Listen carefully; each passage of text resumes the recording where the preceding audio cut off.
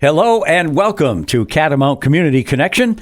I'm your host, Brian Collamore. It's a 1-hour show each and every Sunday that we air, and we talk with community leaders from the business, professional, nonprofit, and political arenas. The goal of the program is to inform and make our listeners aware of things that are going on in Rutland County and also throughout the state. Things that will affect everyone listening, in some cases, based on maybe a new law or regulation that will be going into effect. The legislature in full swing now, and there will be new legislation coming up that will probably take effect in July, some effective on passage. So we'll talk about that as we continue to keep you informed of what's going on in Montpelier. And our show is brought to you by the Rutland County Agricultural Society, which has brought you the Vermont State Fair at Rutland since 1846. We're looking forward to the 179th Fair coming up this August. It seems like a long time away, but it's only a few months away, folks. And I know it's been very cold and snowy lately, but the fair is at least on the horizon. As a matter of fact, I think I am going to try to schedule another show with Robert Congdon, who is the fair president, just to get a sense of where they are with respect to this 3-acre rule. We're working very, very hard in Montpelier to get the fair some help and to, get them maybe in a better financial position to deal with that 3-acre rule. But anyway, that's down the road. Our guest today is Henry Heck, who is a current member of the Rutland Board of Aldermen and also a mayoral candidate. Those of you that vote in the city on March 4th, town meeting, will have a chance to put your ballot in for Henry or for Mike Dunches, the current mayor, however you choose to do that. There's also a lot of folks running for the Board of Aldermen. I had Mike Dunches on last week, and again, just to be fair and equal time kind of provisions, I have Henry on this morning or this afternoon, depending on when you're listening to this. And I was going to do it with all the people that are running for the board, but we would have run out of time because there's so many people. I think there's 12 people running for 6 seats. So it would have taken too many weeks to get that accomplished. So unfortunately, we don't have that much time for that. But anyway, Henry, welcome back. It's good to see you, and nice to be with you. Brian, I appreciate it. Thank you so very much. And as always, it is a pleasure coming on in and chatting with you and hopefully getting my message out to some folks out there and having a great discussion and debate, as always. We scheduled this before, I'll just say, some events happened over the last week or so. And I certainly want to give you an opportunity to address those events. And I know you had in fact, I saw it on Facebook, sort of a reply or an answer or a reaction to some of what has been in the press lately. So I'll just step back and allow you as much time as you want to talk about that. And I appreciate it. And, I absolutely want to talk about that because one thing that I've always prided myself on is the integrity thing. So if I've done something, I always will stand firm and absolutely be responsible for my actions. In regards, I was looking to go out and I've been endorsed by a lot of people, a lot of good people. And one of these folks, Chris Gio, he has a Facebook page, Rutland City Patrol. It's very well sponsored, or there's 7,000, 8,000 members, and it's a place where the community can go in and talk about certain things. Crime specifically is what it is. Chris does what I might call it's kind of similar to a neighborhood watch. He goes out, he looks. He just drives the streets. If there's issues going on, he reports to the PD and does those things. So he's a guy who's very committed to his community. He's been a great resource to talk to and have conversations. And he asked me, Henry, I think you're a very real person, and I'd like, my members to learn a little more about you. Would you do a Facebook Live with me and go out and we'll drive around? I said, absolutely, sure. He says, they may ask you tough questions and stuff. And I said, that's fine. If I can answer them, I will. And if I can, I'll say I can't answer it. So that's just how I am. And the thing about me, Brian, is that with this election, and I know people may have heard this, but I am not a politician. I'm actually, I'm just a regular old guy that's always worked hard for his community, helped people out there in the community. try to do the best I could, represent myself as far as that goes. So I don't think as a politician, be careful, photo ops, don't say this. And sometimes that may not bode well for me because I'm just trying to be who I am. It's having a conversation with Chris. I don't want to say that I didn't realize that it was, live or not live. There's no excuse in regards. There's video out there that states I've made statements in regards to the police department, and that was me. I did make those statements. The thing that I really didn't like was that I had named a person that I had gotten information or supposedly someone told me about. Fact-checking that stuff was just something that I hadn't done. I thought again, we're having a normal conversation. When I named that individual, it's not the individual. I owe that gentleman, Chuck Whitehead, an apology. I have apologized to the newspaper. I am having a meeting with the police commission tonight.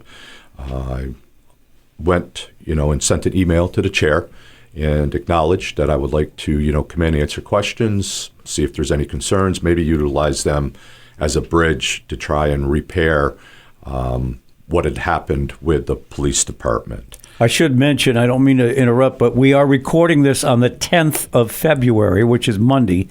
The show will air on the 16th, this coming Sunday, as we record it today. So that meeting will be on the evening of the 10th, and we won't be able to give you results of that meeting by the time you hear the show. That's the danger of pre-recording something, but I just wanted people to be aware of that. So something else may have occurred by the time you hear this, but there's nothing we can do about that. Yeah. So, and for me, it's been, I don't want to say getting out in front of this, it's being responsible for what I said and my actions. And that's what I've been trying to do from that moment when it was brought, the police department. I did the Facebook Live on Sunday. Following Monday, we had a board meeting. There was representatives of the police force that showed up and spoke outside the rail. It was, they were upset. They had every right to be upset. The things that were stated, they were factual that I said that. Other than that, things have gotten a little maybe out of hand in regards. I feel, and I think there's a lot of folks out there, in the Facebook world. Facebook can be a very, very positive and also a very negative place. You can get beat up really, really bad. And I have Facebook pages, but I don't follow people. I don't follow that. I just kind of stay to my own thing and stuff. So I tried to repair some of the issues with the police. I've always supported the police. I don't know a lot of the officers that are there today. I knew every single officer, pretty much 5 years ago in that capacity. And I think that, if you were to ask some of those people that have worked with me and stuff, they would tell you, you know what, he said some stupid things, but he's not a bad person. He's always been, there for us when I was clerk. I know I worked very closely with public safety people through the COVID thing, making sure they had the proper tools and those kind of things. But that was my job, and that's what I did. So after Monday, there was stuff that was reported. I sent out a statement and did a video, and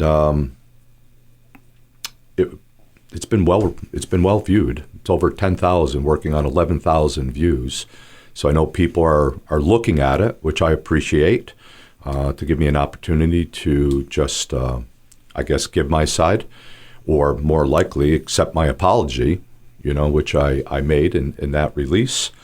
I don't know if I had brought that. I did see the Facebook post, by the way, just so you know. Yeah. And I didn't realize there were 10,000 other people that saw it, but that's fine.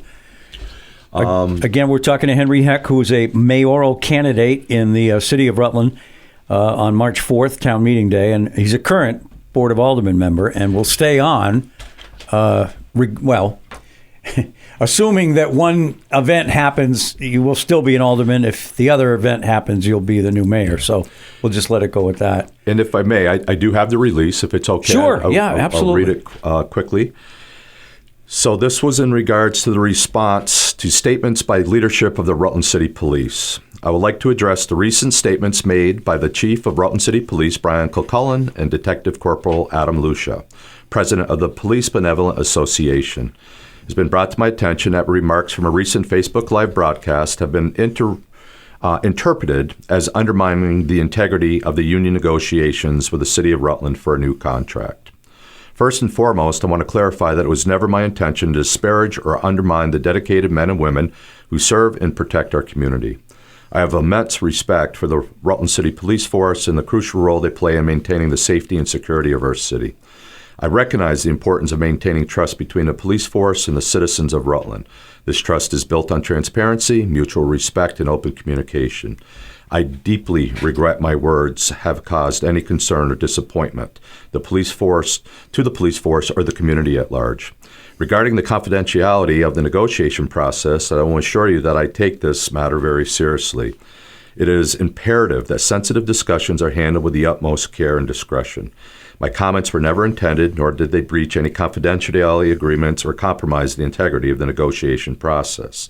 I am committed to upholding the principles of responsible governance and ensuring that all actions are in the best interest of Rutland and its residents. Furthermore, I am open to engaging constructive conversations with the Rutland City Police, and I have started this process with an email to Police Commission Chair Pat Broham, and have offered to meet her board for further discussion or to answer any questions the board of the Rutland City Police may have. It is through collaboration and mutual understanding that we can achieve a fair and equitable outcome for the police force in the city of Rutland. In conclusion, I stand by my comments to the well-being of Rutland and its citizens. I am dedicated to working with all parties involved to ensure that the negotiation process is conducted with integrity, transparency, and respect for all those who serve our community. Let us move forward with a shared vision of cooperation and progress for the betterment of Rutland. That was my initial response to the Sunday event. I stand by those words, and as I stated, a video which has been viewed almost 11,000 times since the incident. So on Monday, after the police force came in and shared their displeasure, the Board of Aldermen also had the opportunity to look at the police union contract. So I don't know if a lot of folks know, the union has been working on a contract with the city. I think it's around 9 or 10 months. The negotiations have been ongoing, and they came to the board actually with union representatives in another room and then us to see if they really wanted to finalize that contract so they could put that to bed. At that point, the board went into executive session. The board discussed at length the contract that was presented to them, and then the board exited executive session with no action. And I know with your experience, you know what that means. You're never allowed to make a motion inside of executive session. Right. For true transparency, all that has to be done outside. So what does it mean? At the end of the day, the board found that the contract wasn't whatever their mind might be. For me, I would explain it as was not equitable, I believe, to the city taxpayers as far as that goes, or whatever the reason would be, involved with their decision. But it usually boils down to, those things. Finances at the end of the day are the only reason as far as that is. After that incident, basically on that Monday, I did my post to follow up in my response, and then there was more involvement. The media, TV specifically, got involved. NBC5 reported that, I believe in its union president, Timothy Rice, came out and stated that I was the sole reason that negotiations fell through. The information that was shared compromise the integrity of that process. It was one of those things that I looked at. Unfortunately, it used to be you're innocent until proven guilty, but with media today, it's not so much. They run with those things and stuff. So I had that statement and that video that I released. A reporter wanted that, and they utilized that as my response to the allegations that were presented. And that response wasn't for that specific situation. It was for the Facebook Live.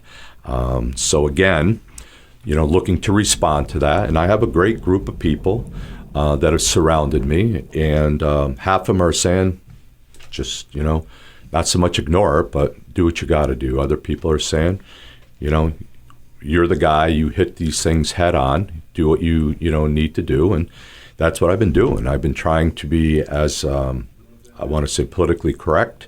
But it did, the second event got very ugly on some Facebook postings, is my understanding. I have some very loyal supporters, and the banter went back and forth until it basically turned into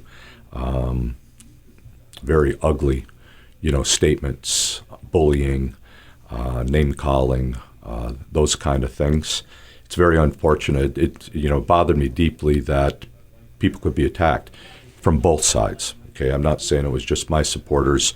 I understand, what happens out there. Again, I don't get caught up in the Facebook thing. I monitor my page.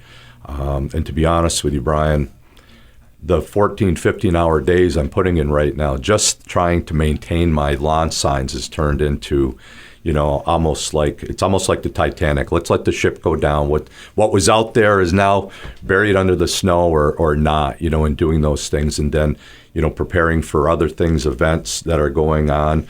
I've been to legislative breakfast. We'll talk a little bit about John Rogers and, meeting John and having some discussions with him and those kind of things. But the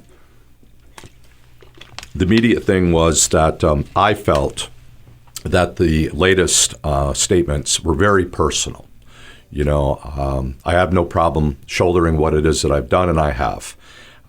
But the personal attacks, my integrity has been challenged. I am the main reason, putting two and two together. And a lot of voters are out there and they're saying it's not adding up to what we think, And I don't want to say does the punishment fit the crime type of thing, because I did what I did, and I'm being responsible for that. I apologized. I have done that on numerous statements now.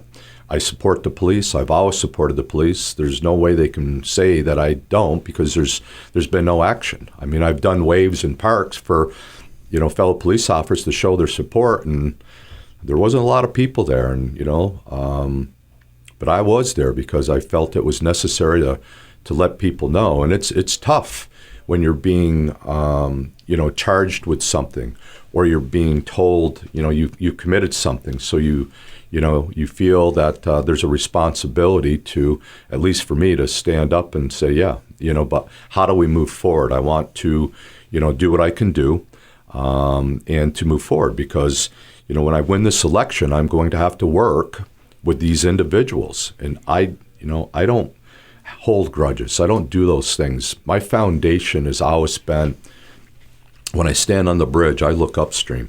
It's today and about tomorrow. What happened yesterday, it's already gone by. Mm-hmm. It's already done. So the remarks made on NBC5 in regards, I just posted another Facebook response to that. I have so-called media release. If people want to know my side, I absolutely would love to share that. But at the end of the day, based upon conversations with, again, friends and legal and those kind of things, I've responded. This response that I will read very shortly here is basically my last involvement. I've done what I can do. Okay. I'll meet the police commission tonight. I'll answer their questions. Hopefully, if Officer Whitehead is there, I get to look him in the eyes and tell him that I'm sorry in regards to making that statement. And then I'm moving on to what are the real issues, what's going on. There's a lot of deflection. There's a lot of time spent doing this. Maybe that's, that's what's going on. They're just looking for me to, spend a lot of time here, and I'm going to move on. We're talking with Henry Heck, who's running for mayor of the city of Rutland on town meeting day and is a current member of the Rutland City Board of Aldermen. I do want to mention again, we're recording this on the 10th of February, the Monday. This show will not air until Sunday, the 16th. So the meeting tonight, as we record it, with the police commission, I won't be able to tell you anything about it because by the time the show is on, that meeting will be 4 or 5 days old. But I just want to make people aware of that. And again, if you want to read that last statement, and then we'll take our first break. Sounds great, Brian. Thank you. In its most recent statement, and as reported on NBC5, the Fraternal Order of Police, Lodge 410, accused me of being personally responsible for the impasse in contract negotiations. And this is not true. After 10 months of negotiating, the police union and the negotiating team for Rutland City presented a contract to the Board of Aldermen at their meeting on February 3rd. In executive session, the board discussed this proposal at length. The board exited from executive session without a motion of support. The blame being placed on me only deflects the fact that the negotiating teams have not presented a contract that the board as a whole can support. At a recent Board of Aldermen meeting, Police Chief Brian Collamore said, "The truth matters." He is right. And the truth is that I have always supported the police. I have always supported giving them what they need to be successful. But I have also supported holding the department's leadership to an account when the city doesn't see the public safety results that it deserves. It's recently come to my attention that some of my supporters are being maligned and bullied on Facebook. This pains me deeply. I understand people want to share their views and support their candidate. I ask that we all do this in a respectful manner, as the name-calling and public shaming is unacceptable and produces nothing productive. It's time for me to move on with my campaign. Some of the reasons I am running for mayor: skyrocketing taxes, legislative-backed lawlessness, homelessness, and that voters are not happy with the current administration. These are the issues I will be focused on. I will not be distracted by false accusations and baseless statements. Voters, I hear you. We all want a better Rutland. Get out and vote Tuesday, March 4th. Thank you, Henry Heck. Okay. We'll take our first break on Catamount Community Connection, and we'll be back with Henry Heck in just a moment. We're back on Catamount Community Connection, our weekly Sunday program brought to you by the the Vermont State Fair at Rutland since 1846. We're looking forward to the 179th fair coming up this coming August. I'm your host, Brian Collamore. Today, we have a mayoral candidate, Henry Heck, on. Henry's also a current member of the Rutland City Board of Aldermen. Again, we're recording this on the 10th, and it will air on the 16th. So I don't know what else might have occurred in those 4 or 5 intervening days, but I just want to let you know if something's happened and you don't hear about it, we couldn't talk about it when we recorded it because it was before the fact, if you will. So one of my good friends, and I think you're one of your friends, Paul Welton, who's a retired Master Chief and also a retired U.S. Marshal and a big advocate for veterans in the area, asked me to make sure I asked both of you, and I did ask Mike Dunches last week about this, if you have sort of a plan or an idea about making sure that our vets are included in your administration should you be elected. It's a great question. I have known Paul for a long time. His wife I don't see as often because I believe at that time it's been probably 20 years that I may have known these folks. She was down in New York City working. I think she was a judge down there. She worked in the legal profession. I don't know if she was a judge, but she worked in the legal profession. Yeah. Great people. Have always supported. I have many friends that are veterans, many friends that served for our country, very respectful for our veterans and what they have done. And unfortunately, I guess what is happening, within our own country, veterans, you look at what these people have done, and it's been a history, whether it was, the Vietnam War, which is really a big thing in regards where they were looked upon as not good. They just weren't supported when folks came home. But getting back to Paul's question and stuff, I'll be honest with you. I'd involve Paul Welton in and say, Paul, what can we do? What would you like us to do? To always support those things. I've gone to the VFW a couple times. There's folks in there that put on dinners to help, support those kind of things. Made a donation to those functions and stuff. It is an issue that I would absolutely support to see what we can do. Some of those lodges within our community, Brian, they're having difficulty, maintaining membership and building up a following. And I'd hate to see for, those things, especially when COVID came and what happened and how they had to shut down to recoup and, reinvigorate their lodges and their memberships and the volunteerism. And, a lot of these guys that are, were original, they were involved in these things for, decades. They're past or they're passing. And the younger, getting the younger people involved or the younger, vets to know there's a place and to do those things. I think that's a positive. The work that those people do at our local VFW is tremendous. I have helped with some of those things. And again, as I stated, I always supported our veterans. So it would be one of those things that I would love to have the conversation with Paul and see what we might be able to do. I know that parades are well supported. People work on those things as city clerk. I passed the paperwork along to the board to make sure that all those things were lined up, worked with those people as best I could to make sure they had all of the information. And, when they came in, sometimes those things are a little bit difficult, to present. And I always, worked with them to make sure that they had what they needed so they could get on with their events and stuff. I'll just add a personal point here and insert it. And I mentioned this, I think, last week. There is a bill in the Senate that I sponsored and got 20 other senators to sign on. So there's 21 out of 30 that want to exempt military retirement pensions from our income tax. I have yet to be able to convince the chair of the Senate Finance Committee to take it off the wall and begin the committee work. And then I am convinced if it gets to the floor with those 21 people, we're going to pass it, and then it'll be sent across to the House. Representative Bill Canfield from Fairhaven has a exact same bill in the House, and again is having trouble getting the House Ways and Means Committee chair to make that a priority and get it off the wall and get it done. But I think it's well past time that we did this for two reasons. One is to acknowledge their service to our country. And the second piece is it's an economic tool where we will no doubt have fewer vets leaving the state.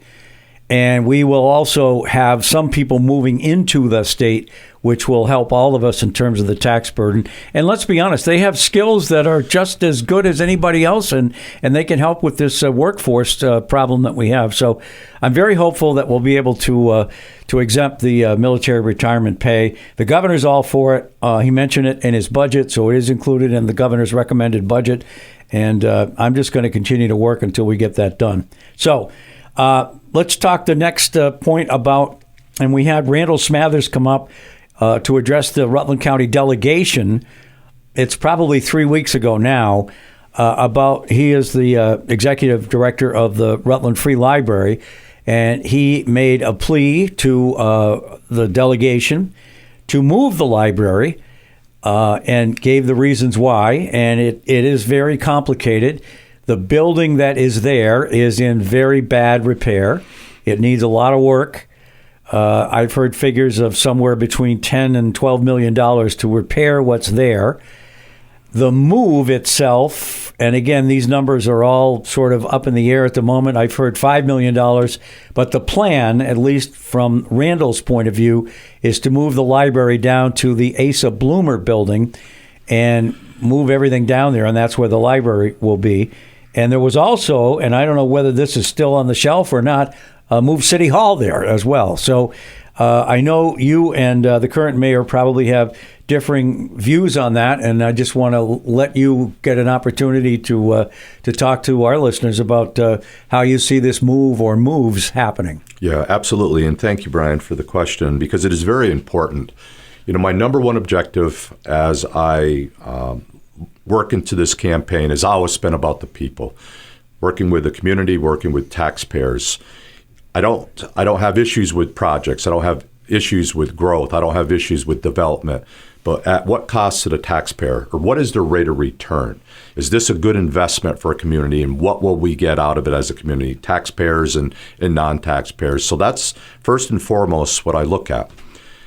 I don't have a fight here in regards to the library wanting to move or wanting to stay and fix. There's a lot of people support the library. I support the library. I've reached out and spoken with people who have been at the library. They've worked there for 38 years, asking the question. A lot of people love that building. It is a beautiful building, but it is in need of a lot of work. For me specifically, I cannot support a move of any city structure to the Asa Bloomer building. The Asa Bloomer building is my understanding. Again, some information from someone who works within the House, sat on the committee that dealt with state buildings, the infrastructure repairs and those kind of says. It needs a lot of work. The numbers were in the millions. If we take over that building, or if the state even gave us that building, what does that mean? I believe that the state would also basically give us the parking garage. And for me, that's without question, we want no part of that. Two prior administrations have had an opportunity to take over, purchase, just do whatever, and both have said, no way. There was a report done way back in the day, the fleecing of America, and we were right on there with that parking garage. I think at that time it was $17 million. It was a pretty huge project. But there's structural things with the parking garage. It's not that I'm saying it's in collapse type stuff, but with buildings like that, there is settlement, there are those kind of things. But if people really know the history of that area, it was a area that flooded quite a bit. We're looking at repairing some of those things with changing the dynamics of the infrastructure, water and sewer separation, a whole nother topic as far as that goes. But the flooding that happened in the lower levels was very extensive. I heard at one point in time after one event, it was so extensive, one of the elevators hasn't been used in a year. You wonder about the remediation, mold, these kind of things that go on. So the buildings themselves, it might cost $5 million to build a library, but if you have to sink, what I've been told is a lot, millions, tens of millions of dollars to fix the roof, remediate what is going on in the basement, to get that building back into a regular working order, that's not a good investment for the city. And taking on the parking garage is not a good investment for the city. All of these things would, of course, naturally come before the voters. And as long as the voters have the information, I believe they will make their best informed decision. I have come out on my mayoral page, and I basically stated that I could never support the library or any city entity moving to the Asa Bloomer building, and I stated those facts as far as that goes. So I am a no in regards to Asa Bloomer specifically. If the library can find a location, other than that, we will look at those dynamics. If the library wants to remain in that location, what is it we can do? Is it a historic building? Does it have the ability for grants or specific awards that can be utilized? I understand since COVID, materials cost more. We've seen it with the pit, let's say, in the remediation of moving the dirt out. 5 years ago, it was $500,000. Today, it's $5 million. I just can't justify how those numbers climb like that. There's just, the greed out there in money. And I've heard some people say, you don't like the price of groceries, you don't like the price of, I guess it's not good to pick on eggs, because eggs with the bird flu is now an issue. But they say if you stop buying stuff for X, prices will probably come down. as far as that goes. That building, the library, I've done some research on that and stuff, and a lot of people wanted to be there. I know there's been some public forums. I've attended those. It looked like to me that Mike Dunges talked about moving City Hall there. So he's in support of that. I would not be able to do it. I just don't believe that that building would be a benefit to the city, and that is something that I would not be able to support. Okay. We're talking to Henry Heck, who is running for mayor of the city of Rutland. You'll have your vote on March 4th, town meeting day. There's also 12 people running for 6 aldermanic seats. And again, if I'd had 12 weeks, I could have had each of them come in, but we would have run out of time by the time town meeting happened. So I chose to just stick with the 2 candidates for mayor. We had Mike Dunches on last week, and it's Henry Heck's turn this week. One of the other things that seemed to be very controversial, I don't know whether it still is or isn't, but I know how I felt originally, is this so-called road diet. I would not have voted for it if I had been in a position to do that. There's 3 people that voted, the mayor, the president of the board, and the city engineer, or the DPW commissioner, I should say. And those were the people that decided whether or not we would do this. And this, again, is both on Woodstock Ave and also on North Main Street. It was a summer-long project. People can remember all the work that was being done on the road, and then that was relined, and here we are. I don't know whether it's still controversial like it was at the beginning or not, but again, it's a topic, and you can weigh in however you choose, Henry. And I appreciate that. So you and I, Brian, both live up within that dynamics or neighborhood of the city. We utilize Woodstock Avenue on a regular basis, multiple times a day and stuff. I don't utilize North Main Street as much, although now that the country club is closed, my dog prefers taking a little walk up there. And we do utilize North Main to go to field and then, head up to the country club. It's a very interesting question, a lot of dynamics. So just some backgrounds you may know, but maybe some of our listeners don't know. Every 10 years, the state of Vermont comes in and resurfaces and relines the sections of Route 4 and 7 that are technically owned by the state. Mm-hmm. So they're responsible for doing that. And every 10 years, they have the ability to do so.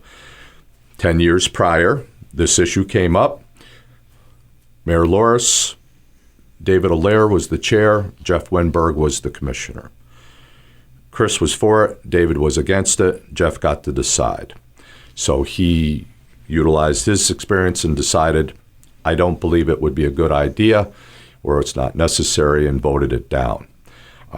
They did try some trial and error type things. They kind of striped it up a little bit to see how it worked.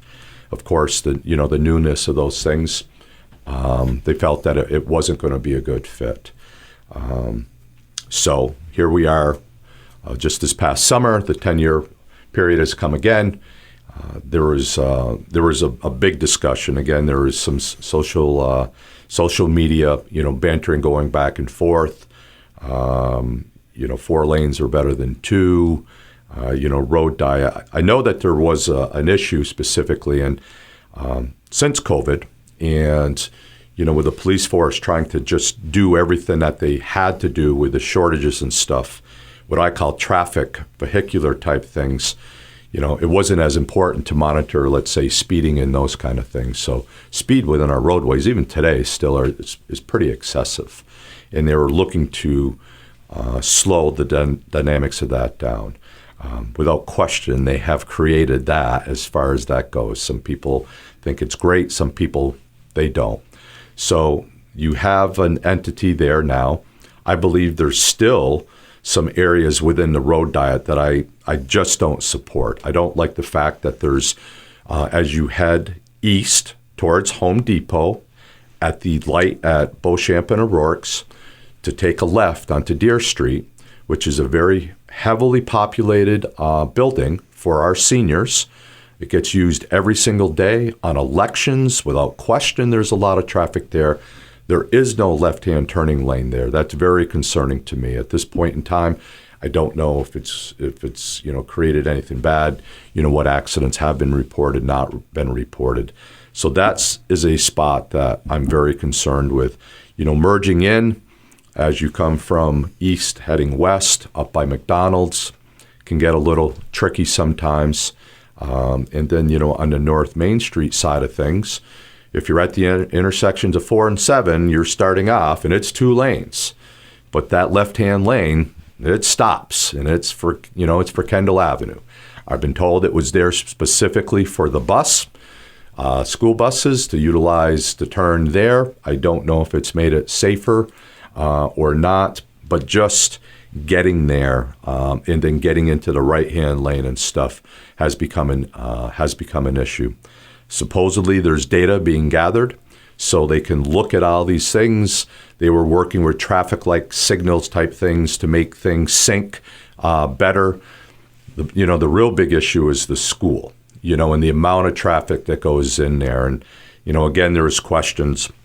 There were cut-throughs, that allowed multiple entrances to the school and stuff, and they felt that, that really wasn't going to work, and they wanted to funnel all that traffic to go up Stratton Road. And it's busy in the morning. There's no question. I've seen traffic backed up for quite a ways. So I think the jury's still out in that capacity. When I'm mayor, we'll take a look at those things. I'm not going to sit here and tell you it's going to go back to its original platform. I'm not going to tell you that there's not going to be changes. My understanding is if the city wanted to change it back to its original structure, you're looking at almost $250,000 in order to do so. Is the benefit of that worth $250,000? I guess we would have to look at those things. But, when you talked about the vote and the 3 people, again, Mike Dunges and Michael Talbot voted in support, and the DPW commissioner voted against it. So it would have been very interesting to me, why Bob Protovansky, what his thoughts were, if there's still concerns and those things. It's one of those kind of things that, it is what it is right now. And to look at what may need to be done, I absolutely don't think it's perfect. I know that it has slowed up traffic. Even though the speed limit's 35, I follow people that are just going 20 miles an hour. And I don't know if it's because they can say, well, finally, I get to drive 20 and I don't have to worry about anyone running over me. But it's actually, the speed limits is not even an issue because you can barely get up to 30 miles an hour at certain times of the day. Of course, at 9 o'clock at night, if I'm going home from a board meeting, if you want to drive 45, there's not going to be a problem for you finding cars and those kind of things. So it's a great question. I think it's something that we'll continue to work on. And, the dialect, I think one of the biggest problems out there, why there was a lot of debate was not that there was a lack of information, but people felt they weren't informed enough. Certain meetings held at times that people might not have been able to get to. I think the bare minimums were set because of the requirements. When you have a project like this, the state will make sure that there's public input and stuff. And how that was done was what the state asked, to be done, or the requirements that needed to be done. Was there any extra effort to really go out and meet the people on Woodstock Avenue, to meet the people on Main Street, and to talk to them? I have gone out and spoken with people on Woodstock Avenue. I followed up after it. There's still the supporters that wanted that are still saying yes. I think it's been great.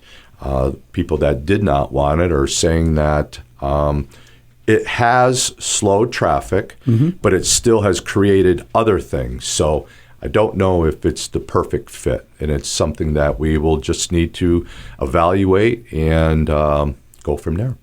We're talking to Henry Heck, who is a candidate to become the mayor of the city of Rutland on town meeting day, March 4th, and is a current member of the Rutland City Board of Aldermen. And we will take our second and final break on Catamount Community Connection. We'll be right back.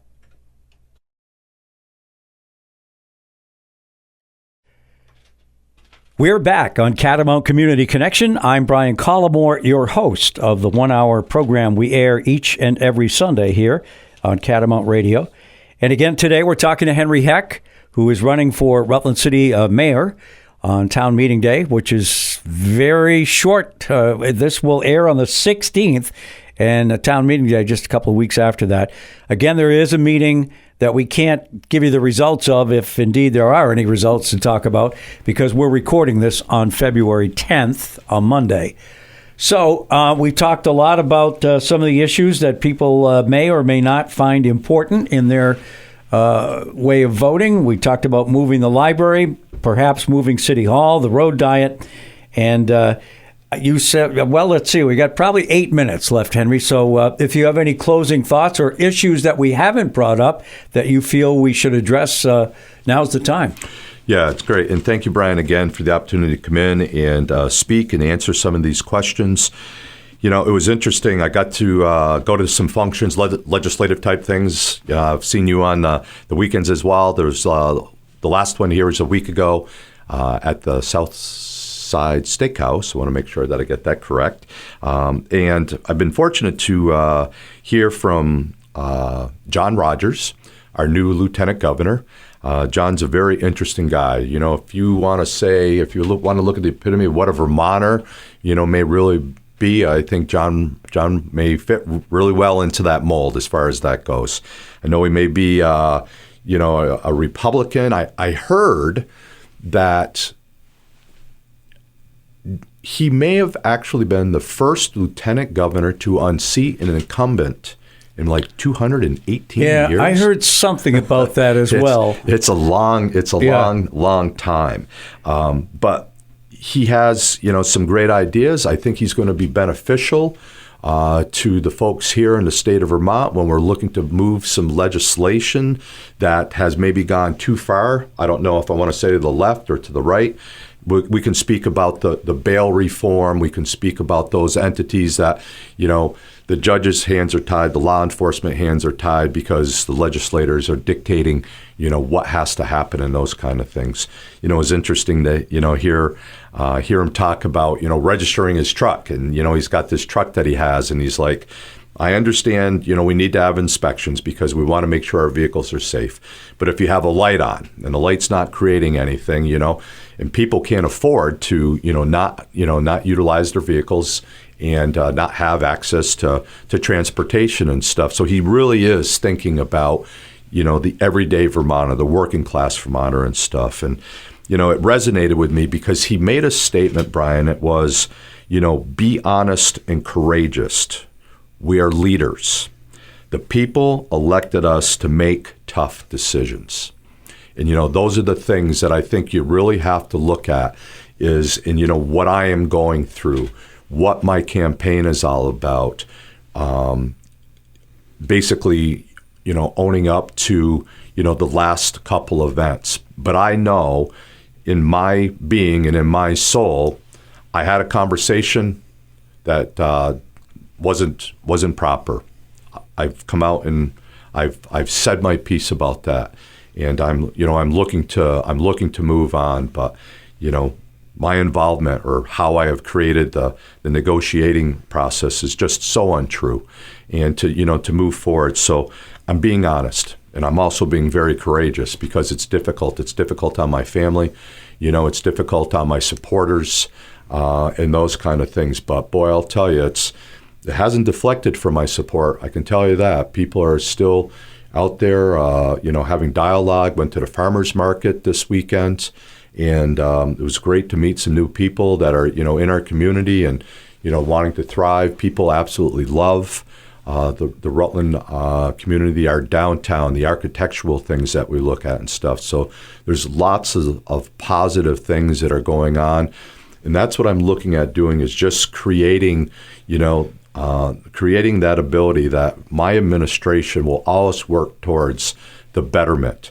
looking out for the taxpayers. How do we support our public safety people? Who do we need to go to change some of this bail reform type stuff to make the police force, truly feel like they're doing their job? Because I'm sure it is not fun for them to do this catch and release thing. To look at our fire departments, how are they, being funded? What are they looking for? Do they have the proper equipment?